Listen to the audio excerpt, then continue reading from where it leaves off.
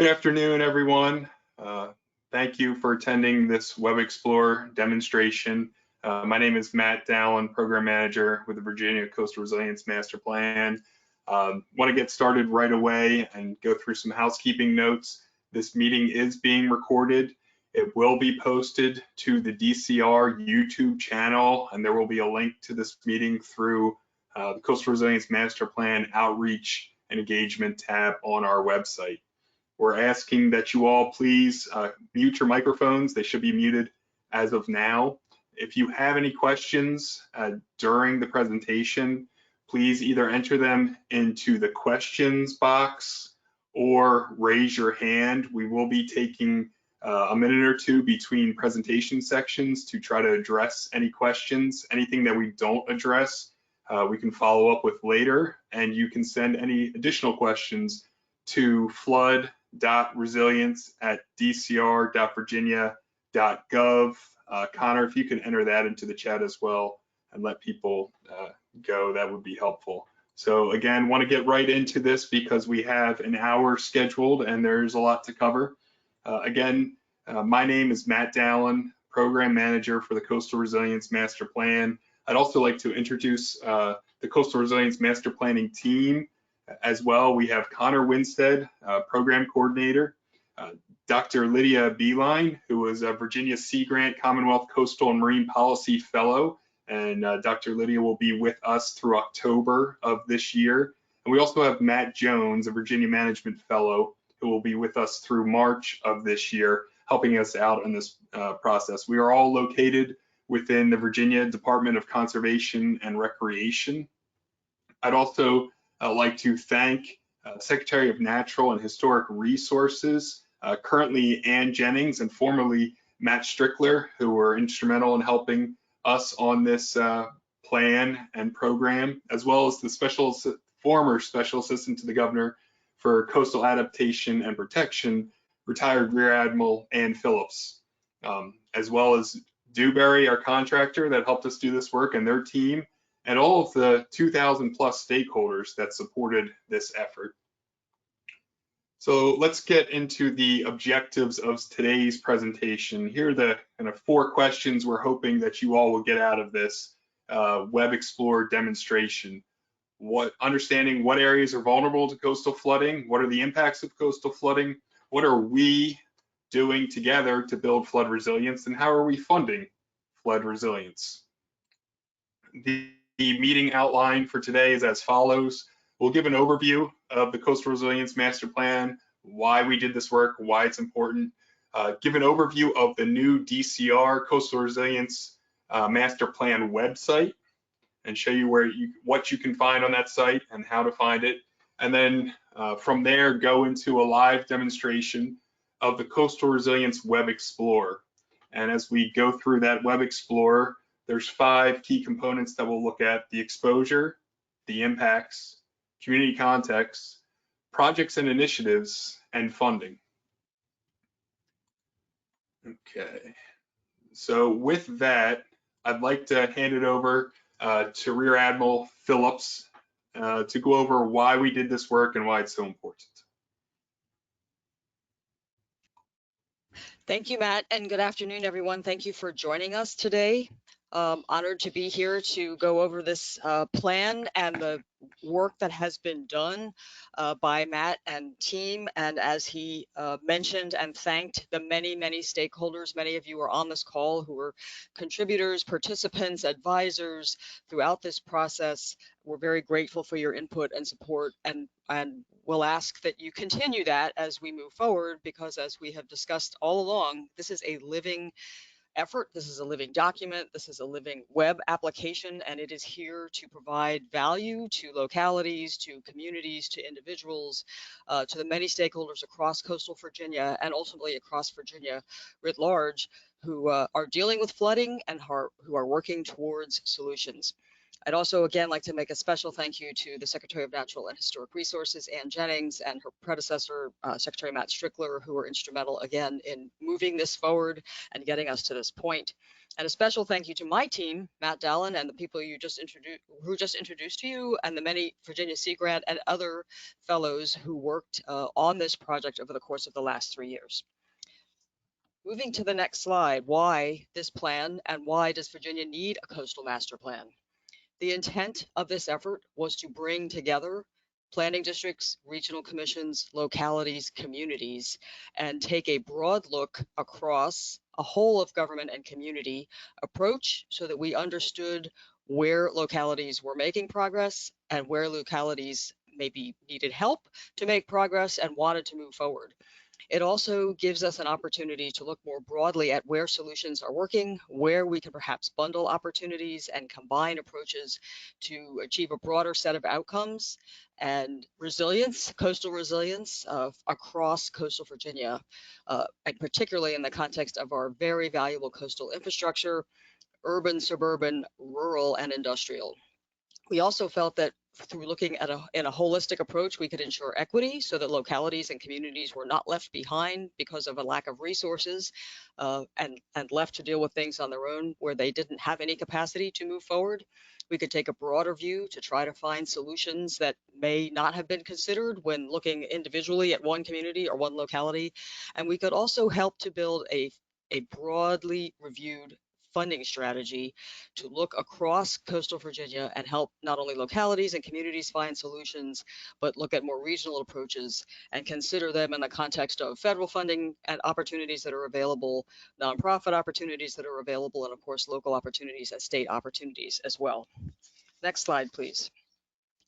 Many of you are aware that this has been a process, starting with Executive Order 24, which was released in November of 2018, which directed this master plan and also directed that the state set standards for resilience planning for state-owned buildings for future construction. It also asked us to look at vulnerability of state-owned buildings, and it asked us to look at more broadly ways to collaborate, communicate, and cooperate across state agencies, localities, planning districts, and the many other stakeholders involved in coastal resilience in the Commonwealth. That was followed by Executive Order 45 in November of 2019, which set standards for future construction of state-owned buildings. And that was followed in October of 2020, by the release of the Virginia Coastal Resilience Master Planning Framework, which set the stage for how we wanted to move forward, focusing on 5 guiding principles and 4 goals to begin planning in a regional way across coastal Virginia to build coastal resilience. Next slide, please. The 5 guiding principles are shown here. Many of you are familiar with them. First, acknowledging climate change and its consequences and ensuring that we are making decisions based on the best available science and engineering data. Addressing socioeconomic inequities, understanding them, and working to enhance equity through providing capacity building in coastal adaptation and protection. Recognize the importance of protecting and enhancing green infrastructure as a supporter and builder of coastal adaptation, understanding that all solutions won't be green, but where they have to be gray, how can we make them as green as possible? And prioritizing nature-based solutions where feasible. We also focused on using community and regional scale planning to the maximum extent possible, looking at region-specific approaches, but also looking and considering the needs of individual communities, which we know are very different across coastal Virginia. Finally, understanding the fiscal realities of what we are up against and finding the most cost-effective long-term solutions for our communities, businesses, and critical infrastructure. Next slide, please. We also, in the framework, identified 4 goals, which look at planning and prioritizing building resilience of coastal communities, and then more broadly across Commonwealth programs. First, looking at prioritizing, developing a process by which we might prioritize projects to increase the resilience of coastal communities. You'll hear more about that in the work that Mr. Dallin will talk about in a moment on the web application. Establishing a financing strategy and understanding sources of financing that can be included in that strategy. Incorporating and promoting climate change projections across Commonwealth programs, including addressing coastal adaptation and protection. And finally, continuing to coordinate state, federal, regional, and local adaptation and protection efforts so that we are working together to achieve common goals and not working at cross purposes with each other. So we've taken a first step here with the master plan phase 1, which was released December 7th of 2021. And I'll now turn this session over to Mr. Matt Dallin, who will talk about what we've done here in the Commonwealth and give you a very detailed review of the web application and Web Explorer and show you what is available to you there. Thank you very much. Thank you, Ann. So what have we done? Ann mentioned that the master plan was released December 7th of 21. We signed our contract with Dewberry March 17th of 21. A Herculean effort was done in about really 6 months of those 10 months to get the bulk of this work done, where other states and locations have taken multi-year efforts. So we've done a lot of great work and set up this conceptual model to get through the process. But we've only taken, this is phase 1.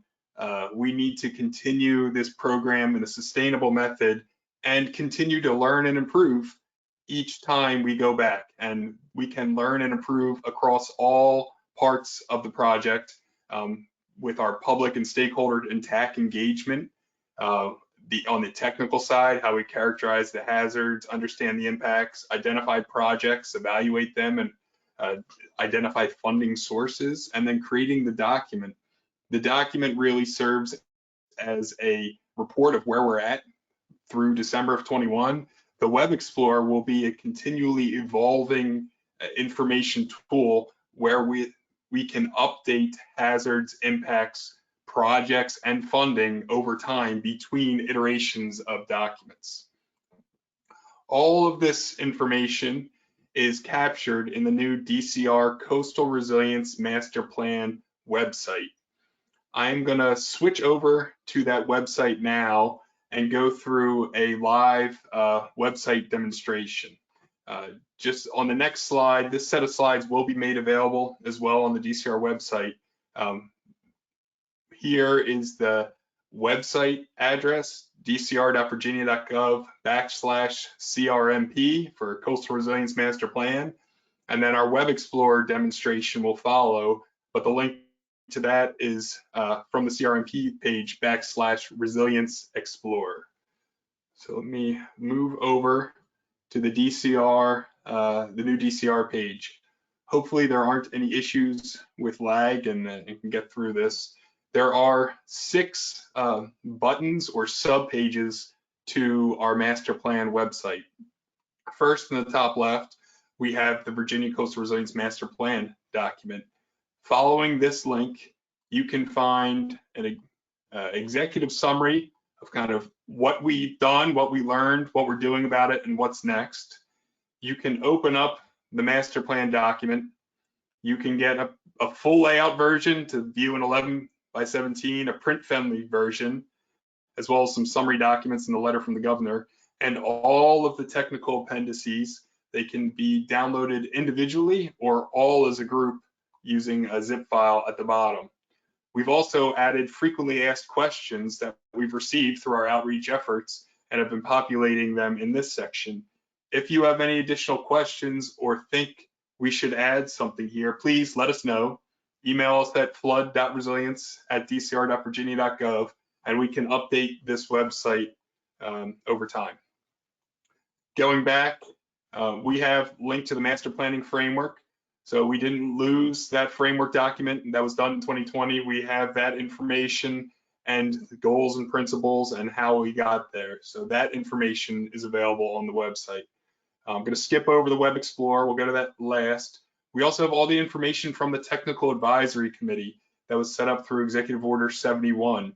Have all of the subcommittees listed, and then you can view all of the information on the past meetings that we've had to date following this link. It has videos, it has presentations, minutes, and agendas for each of the meetings.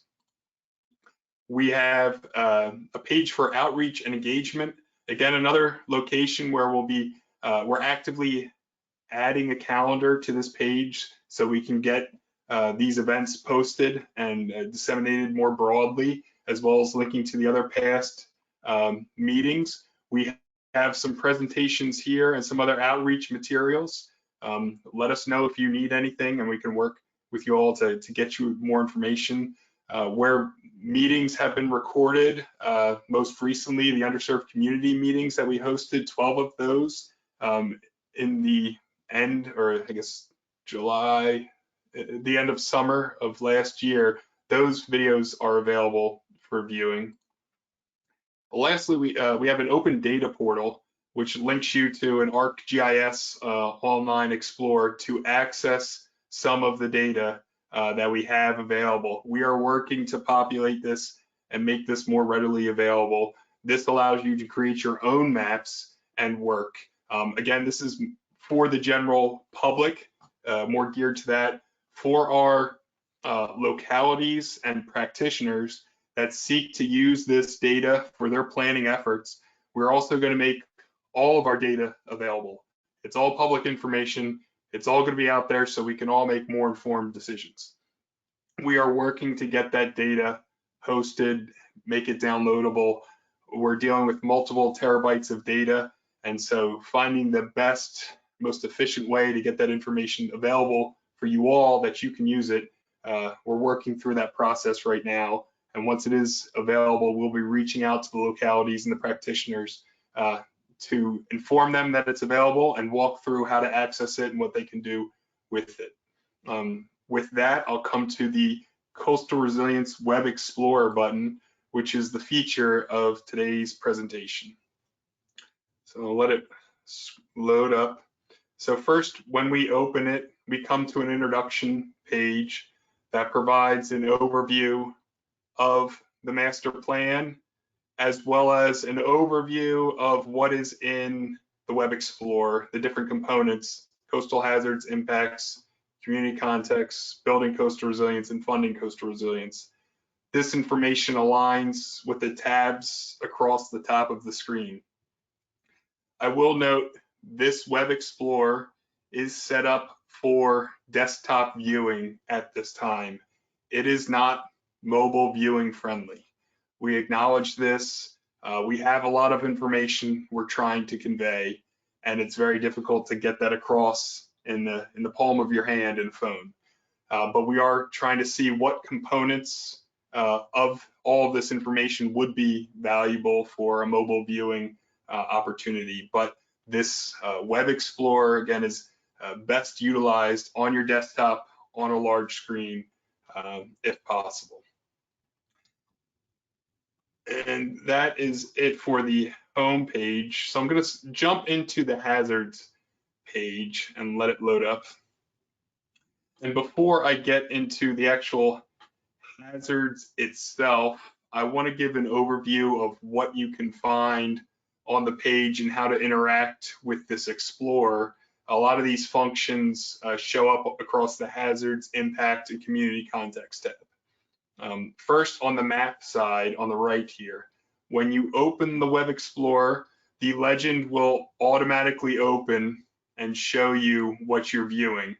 Right now, we are viewing the coastal flood hazard, inundation, the graduated floodplain map, with each color of the map corresponding to a different flood risk or annual exceedance probability, which ranges from tidal flooding, mean low water to mean high water, and then our annual exceedance probabilities range from the 2-year storm, so a 50% annual exceedance probability in any given year, up to a 500-year storm, or the 0.2 annual exceedance probability for any given year. Again, this is for any given year. This is the probabilistic probability that in this level of event might happen.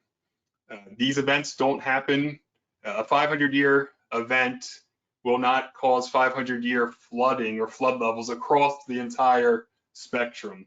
And you may experience a 500-year event where the eye is, or to the north of the eye, and other different water levels going down beyond it. But this lets you know what your relative risk is for a given year. over time, your long-term exceedance probability increases. And a common number that we like to use is the 100-year storm, or the 1% annual exceedance probability over a 30-year duration, which is the typical mortgage duration at this time. You have about a 25-26% chance over that long term of seeing a 100-year flood event happening. That long-term probability doesn't include sea level rise. So it actually goes up to reach that level. But getting back to the overview, we have the legend here. You can click the double arrow and it hides it. You can click it again and it'll show it. Up top, you can change your base layer. Right now, we are on the light gray canvas, but you can go to imagery that we're pulling in, or hybrid imagery that includes streets and location names as well. I'm going to keep it on the light gray canvas because it's a little more responsive and quicker to get through. You can go full screen. I'm not going to click on that at this time. And then the last button on the right is our layers. You can turn on and off different layers for each tab.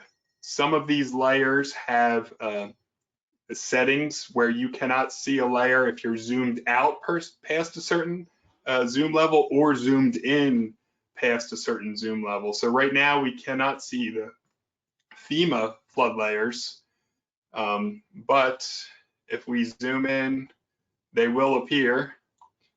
And if we zoom in too far, the coastal flood hazard disappears, even though it's on. So there are some zoom settings that are there. The FEMA layer takes a little while to load because it's being pulled directly from FEMA's site, and so that can be slower at times, so just be patient for that to show up. So that covers our mapping side. You can pan, zoom, and do what you want on the map side. On the left column, we have some different types of information. First, you're able to select your area of interest at different scales. So the highest level is the Commonwealth for Virginia. You can select a PDC and it will zoom and show you that area for the PDC. Note that the data updated. This table right here shows acres of land inundated across the flood types for the 4 different time scenarios: 2020, 40, 60, and 80. If I select a different location and it moves now to George Washington Regional Commission, this data updates and is based on your area of interest selection. We also have our coastal flood hazard time horizon. Right now we're showing the 2020 flooding extents. We click to 2080 and we get the 2080 flooding extents. Again, if you focus and look down here in Hampton Roads, Virginia Beach area, it's one of the most drastic changes that we see. There's more gray in this area, so dry land, and then a lot more greens and blues for flooding hazards.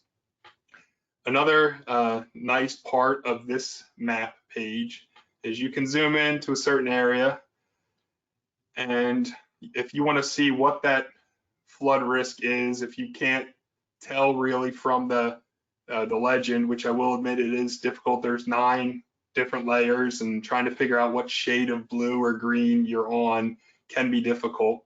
But if you point and click on anywhere on the map, it will tell you over time what your flood hazard exposure is at that location.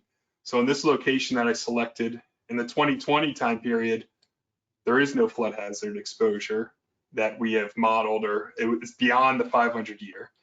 In 2040, you're into the 500-year floodplain.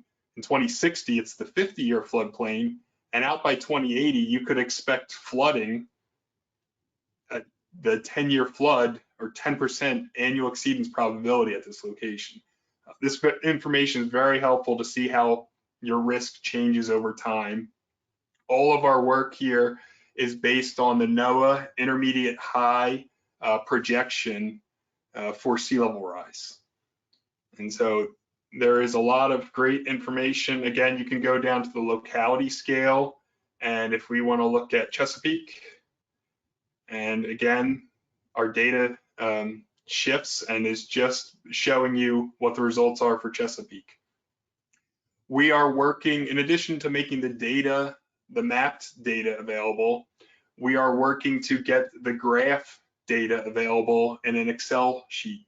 So you can produce your own charts. If you don't want to show all 9 flood events at once, you can add that numbers up to make it more, a little bit more approachable. And that's what we did in the master plan document.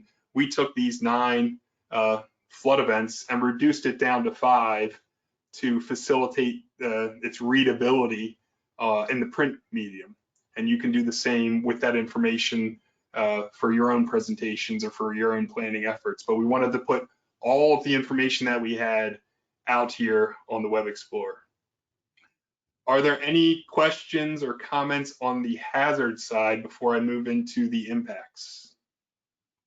Anybody raising their hand or anything in the chat? I'm not seeing any questions or hands raised, so I will be moving on. Again, this is the hazard, a graduated floodplain. It's in a raster view. We will be making vectorized data and raster data available. We have rasters for topo, depth, wave height, total water surface elevation. So there's more information we want to put out there. It's continuous high resolution data at a 10-foot raster cell. And these raster layers are, again, cumbersome. So trying to find out the best way to get you all the data if you need it as a practitioner. But we do feel you can view and see what the risk is here right now with the viewer. Moving on to impacts. So now we know with the hazards where flooding, coastal flooding is. Again, we are what we're showing here is limited to tidal and storm surge flooding. It does not include stormwater flooding or rain-driven flooding, where we have a deluge of high intensity rain and we're getting overland flow and ponding and accumulation on our road surfaces and in our yards. That is not included in this viewer, and it does not include the riverine flood hazard. I will go back. Let's see if I pick a location. I like to go to Fredericksburg. If I can find it and zoom in, and hopefully the FEMA information should start to pull. Turn it on. Because again, what we are showing here is just the coastal flood hazard, not the total flood hazard. FEMA does not map the stormwater or overland flow or rainfall driven hazard. FEMA does map the riverine flood hazard, which I was hoping would load up for us in Fredericksburg, but it's, I don't know if I'm too far in. The FEMA layer is a little bit sticky, but it is there. But again, we aren't showing the total flood hazard. There is a flood hazard further up the Rappahannock beyond Fredericksburg. It's just beyond the extent of the coastal flood hazard influence. So I just wanted to make that clear. Okay, impacts. Sorry for that, going back. On impacts, we have broken it down into 3 different types of impacts. Impacts on community resources, and you get a definition for the impact type on the top left here. So you can see what's in there. Community resources, mainly people, buildings, some cultural infrastructure as well. Then we have critical sectors. And now these are critical assets that fit or fall within a critical sector definition. It does not necessarily say that one asset is more critical than another. Your levels of criticality are relative and depending how you're looking at it, but again, wanting to see where the exposure of critical type assets are. And then impacts on natural infrastructure. I'll go back to community resources. Again, you can select your area of interest.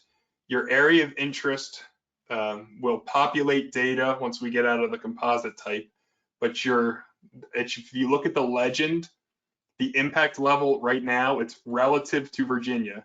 So relative to all of Virginia, the darker purple areas are areas that have very high relative impacts for community resources. I'm going to do two things before I down select. So we can look at the different types of impacts.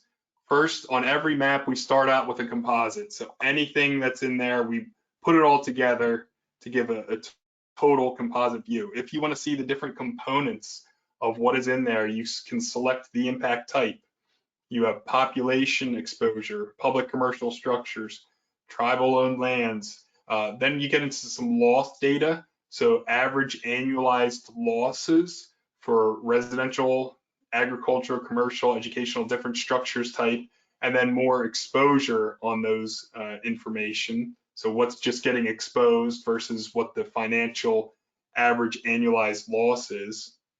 And then you get into your agricultural lands. There is an appendix that goes through all of the impact assessment methodology and what was done. So you can find that on the master plan website, download that appendix. When you select a impact type, there is a short definition of what you're looking at here. So this is the estimate of population. Our population exposure uses the 2018 census data. We are not projecting out future population. So this 2018 census data is a constant. We're adjusting the flood impact, or going out on our flood horizon, which grows it. And again, we can see most of our impact to the people across the Commonwealth. It's relatively high in the Hampton Roads area. And you can see those numbers in this chart. If you hover over a certain bar, it'll give you the breakdown for each one. But again, this data will be coming and available on this website to create your own charts and look into the numbers in a little bit more detail. So now let's also look at, again, area of interest. If we select Eastern Shore, the results on the Eastern Shore, now these are population impacts relative to the Eastern Shore. So everywhere else disappeared. Now we're just focusing on the Eastern Shore. The numbers have been updated, as well as your map has updated to see areas that are very high. We can drill down another level and just focus on Accomack. And again, just relative to Accomack, and you can hide the legend to see it all, where most of the impacts are. Chickatee Island has the largest population that's being exposed, to the largest concentration of population. This heat map or hotspot map it is location based. So where you have concentrations of impacts with higher exposure is what's causing different areas to light up. All of this planning effort, really, you need local knowledge to understand the data. We can't do full desktop analysis and expect that to have all the answers for us. This is planning is the combination of using this data as well as local knowledge to verify it, to then use both sources of information to come up with plans and move forward. I'll jump to one of the loss calculations. So residential structures loss, this is the average annualized loss. So what could you expect averaged out over a given year from flood levels now in 2020, looking at around $20 million of average annualized loss. In 2040, that's a 4-time multiplier to get it to 60. 2060, we've multiplied it by 70. And then by 2080, it's a order of magnitude greater, $267 million just for Accomack. If we wanted to go all the way out to the Commonwealth, again, the numbers update. We're looking at going from, for just residential structures, around $300 million average annualized impacts, up to $4 billion with 2080 flood levels. So we are learning a lot. So now we know impacts. Again, you can dig through the critical sectors on the different impact types, roadways. It'll tell you what's being impacted. There is more detail in the appendices. Jump back, I think it's appendix. So open this up, and the impact assessment technical documentation. So appendix E will give you more information on the information and how it was calculated. Appendix F gives a full list of all the data products, both inputs and outputs, that are available for this. If you need data now that we're using, but that we haven't made available quite yet, please let us know and we can try to work to get it to you as soon as possible. Wasn't planning on going much more into the impacts on the critical sector, but again, you can zoom around and see where the different impacts are relative to your selected area of interest to learn some more information, as well as on the natural infrastructure side. Again, the composite is all the combined layers, and for natural infrastructure impacts, we have tidal habitat, beaches and dunes, upland habitat, and conserved lands. So now we know where the flood hazard is, what it's impacting. We also are trying to understand, in addition to understanding the amount of people it's impacting, but what is the makeup of that community that is impacted by flooding. So first, on the community context tab, it starts with the reference data, which is the American Community Survey 2018 data. And then we have the social vulnerability components. So right now, what we're showing in this view is just the population information that we have from American Community Survey. You'll notice that there's gaps in this data. Well, the data was downscaled from what we get at the census tract level, was put to assigned to residential properties to get us a better understanding of where people are in those areas and what that makeup looks like or is estimated to look like. We do not have individual parcel level demographic socioeconomic data. We're not there. So these are estimates. So if you zoomed into your neighborhood, it may not be 100% accurate, but it's the best information we could pull from the data we have available. So this is the high level data, and you can go through different types of vulnerability indices or components. If you click the minus button, it hides the reference data, and we can open up our coastal hazard and vulnerability data. We click on a time frame, start at 2020. So now we've taken the reference data and overlaid it with the flood hazard exposure data. So our flood hazard from 2020 overlaid with our community data. And we have this bivariate or two-way analysis that we're looking at. Where is the flood exposure and who is it impacting? How vulnerable are those populations that are being impacted? And so the most vulnerable communities with the most impact are in areas with red. And we can jump to 2080 because it shows some more data here that's easier to view. When we project out at 2080, what we're saying is, again, the population information stays the same, but if this current population was exposed to flood levels that are projected at 2080, what are the impacts look like? And we can see these reddish areas of high flood exposure and high social vulnerability. And it just helps, again, make us more informed for planning purposes.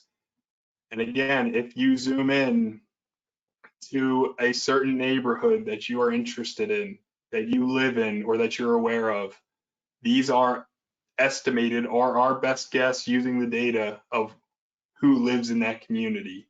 It is not a individual household by household number. So there may be some inaccuracies with the data that's just inherent with the data, but it does give us more information than just looking at the impact side in this impacts tab for the population.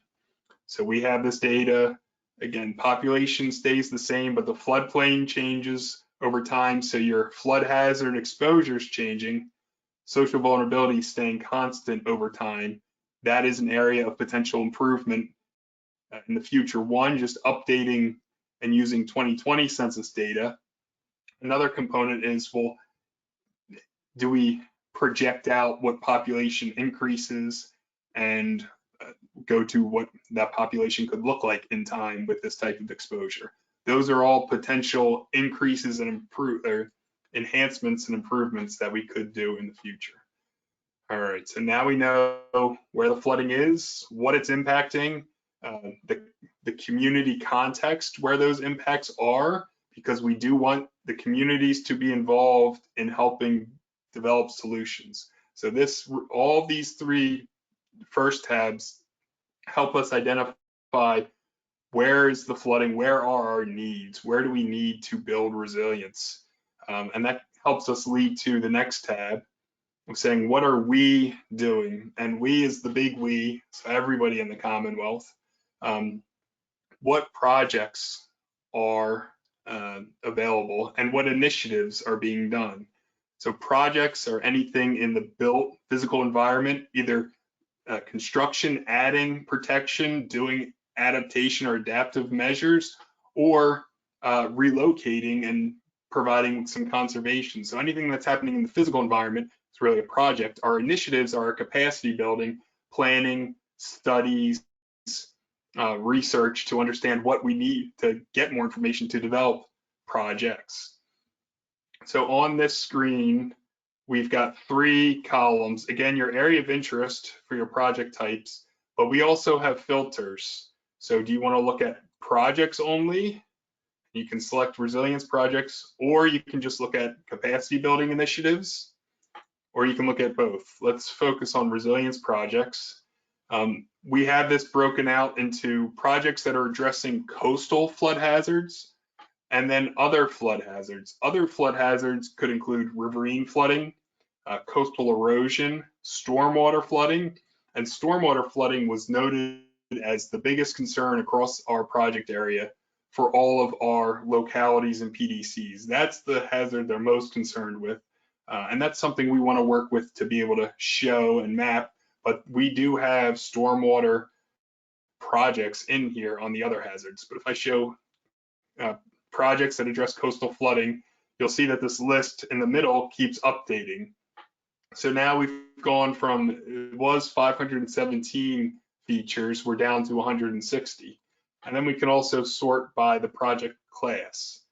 Is it a structural project, a gray project? Is it a natural and nature-based project? Or is it a hybrid project that contains components of both? You can click and select. So we have 80 hybrid projects right now. And then, so with these projects, these are the projects that we have in the database right now. This does not represent every single project that is out there. We worked with localities and project owners to get information input into our database this past summer as we developed it.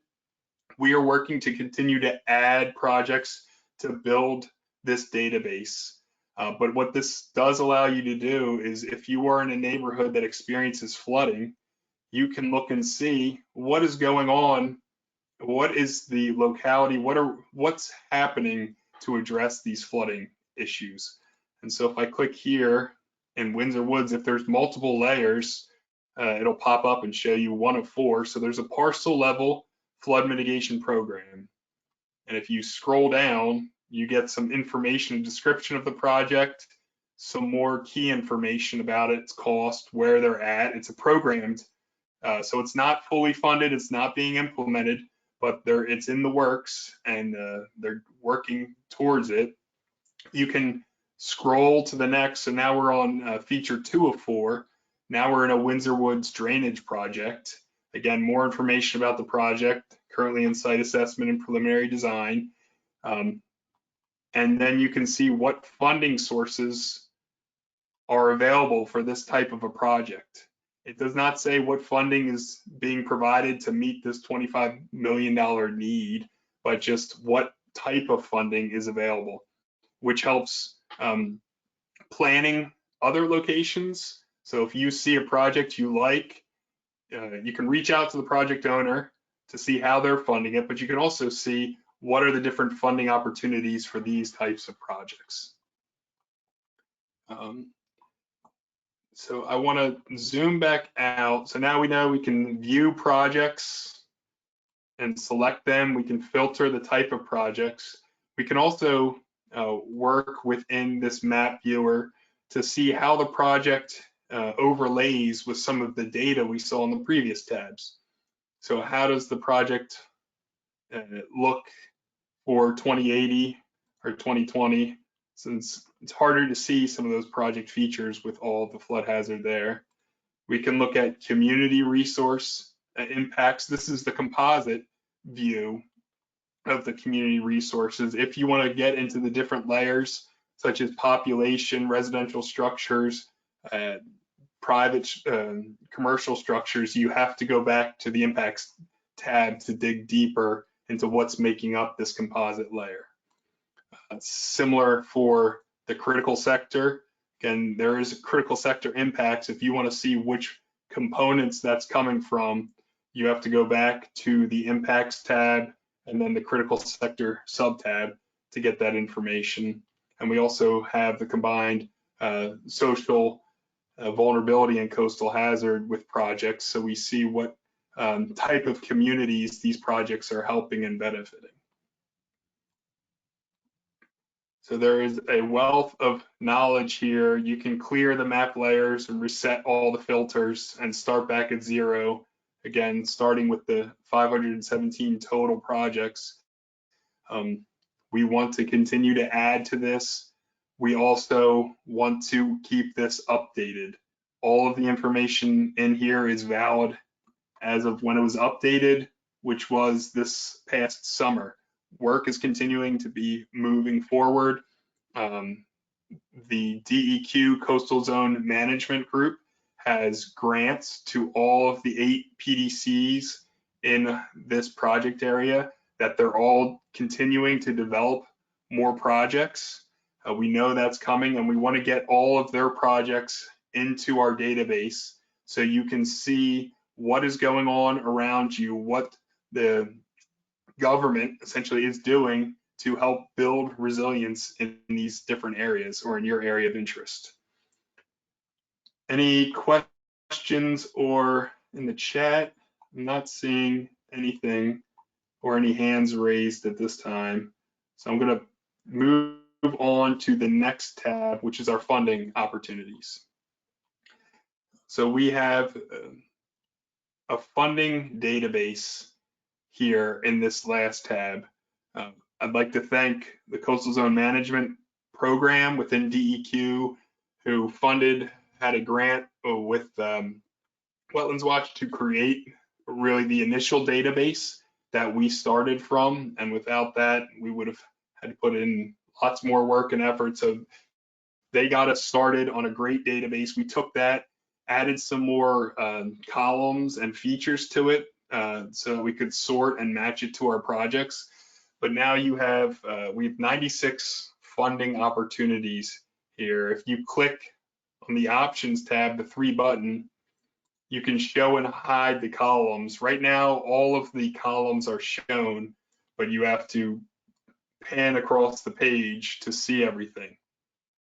If you want to try to get more important information up front, you can hide some of these columns and it will reduce the width. This is also another source of data that we are working to make publicly available so that you can download and see it. I do believe the Coastal Zone Management still has their funding and finance database on their Airtable, and that is still accessible. We are working to make ours accessible, downloadable, so you could sort and filter in a little bit more of a user-friendly way, because it's a lot of information we're trying to convey here, and it can be difficult to scroll across and remember where you're at and get all this information. So those updates are pending. When we make updates, we will work to get that information out there. Right now, we have a stakeholder list for people that participated in any of our public meetings or any of the locality representatives. We have a large, essentially email listserv. Until we establish new communication paths, we will continue to use email to get information out there and let people know there's been updates. So if you would like to receive updates on our work here on the Explorer, any of the work that we're doing, please send us an email to the flood.resilience@dcr.virginia.gov email account, and we will add you to that listserv and try to get more information out there. Also working with our social media group within DCR to get posts available and out, so you know when there's updates or new meetings. So if you want to follow the Department of Conservation and Recreation on LinkedIn, Twitter, I believe we have an Instagram as well. Those are some other avenues to follow what's going on with the work we're doing here. With that, ran through a lot of content. I really encourage you all to go through it and interact with the data. There's going to be a lot of different use cases, and we know we haven't thought of everything. So if you see areas for improvements, if you're running into issues or aren't sure how to access something, please reach out to us. If there is specific data you're looking for, or a specific format, if we have that format available, we can make it available to you, depending on the size of that data set. But this is all public information. We want it out there. We want you all to use it. So if you have a need, let us know and we'll work with you to try to meet that need. And with that, I will open it up for any questions or comments on the Web Explorer. If you have a question, if you don't type it into the chat or the questions box, if you raise your hand, we can unmute you and then let you ask your question.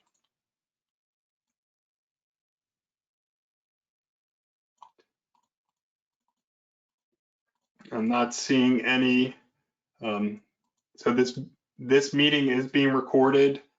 We're also looking to work on providing some type of a cheat sheet user's guide for the Web Explorer as well, so that just a kind of 1 page or 2 pager explanation, that would be a PDF document that could also help you navigate through all of this information.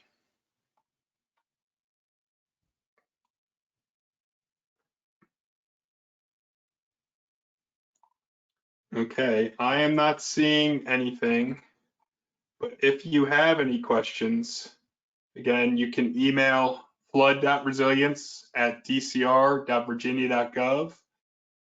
Visit our website as well, dcr.virginia.gov/CRMP for Coastal Resilience Master Plan. And look forward to hearing from you and working with you all as we continue this effort and try to get this information out there to make more informed planning decisions. So with no more questions or any questions at this time, Connor, please stop me if I'm missing a question or anything in the chat. I am not seeing anything. We will go ahead then and adjourn this meeting and stop the recording. So thank you all for attending and listening to this presentation. Now we had a question on the slide availability. Yes. Yes, we will PDF this presentation and it will get uploaded. We're still working on our calendar and how to share it. We're migrating from the Commonwealth calendar over to the DCR calendar, but this information will be made available. At the very least, we can post it on the outreach tab so people can see it. But that is something that is a work in progress. If you can't find it and it's not up there, I can email it directly to you as well if you have a need for that. Okay. All right. Well, thank you everybody for your time this afternoon. Hope you all have a great day, and hope the weather holds up this weekend, but be safe out there, and I'll talk to you all again in the future. Thank you very much.